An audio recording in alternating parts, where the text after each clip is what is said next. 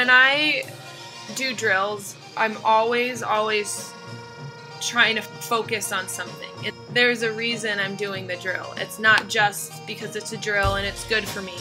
I think a lot of athletes, especially when they're younger, do a bunch of drills, but they don't really know the purpose, and they don't understand how that drill can fit into their skiing and make them a better skier. So they can do as many get over it drills as they want, or Swiss drills, but when they actually ski, they'll never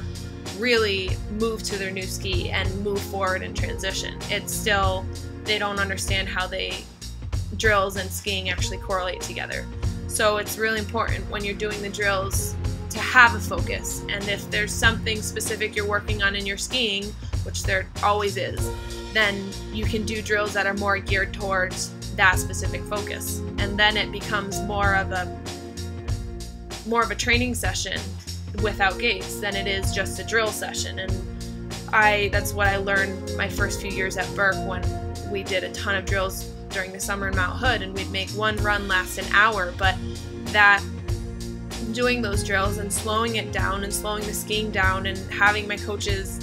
describe to me how this was going to help me in my skiing really became, in doing that, I became more of a student of the sport, and I understood skiing so much better. And then when I remember doing those drills during my Mount Hood camps, and it was probably a total of 4 weeks during the summer where every single day, every single run, I was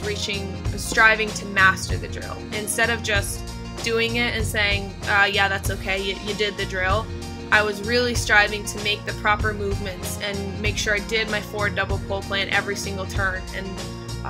initiate the turn with my ankles and knees versus my hip, and stay on my outside ski till I finish the turn and really make a strong move to my new ski. Pretty much incorporate all parts of skiing, of what a good skier should look like, into that drill, and then it just basically ends up being your free skiing, but it's more challenging because you might be passing your pole behind the back, or lifting your inside ski, or lifting your outside ski. So it's just, in some ways, drills are just trying to challenge you more when you're free skiing, and make it more challenging by trying to master the drill versus just doing it, and then you get more volume of doing the drill properly, and you get so much more mileage than anybody else who's just doing the drill once and says, okay, next drill,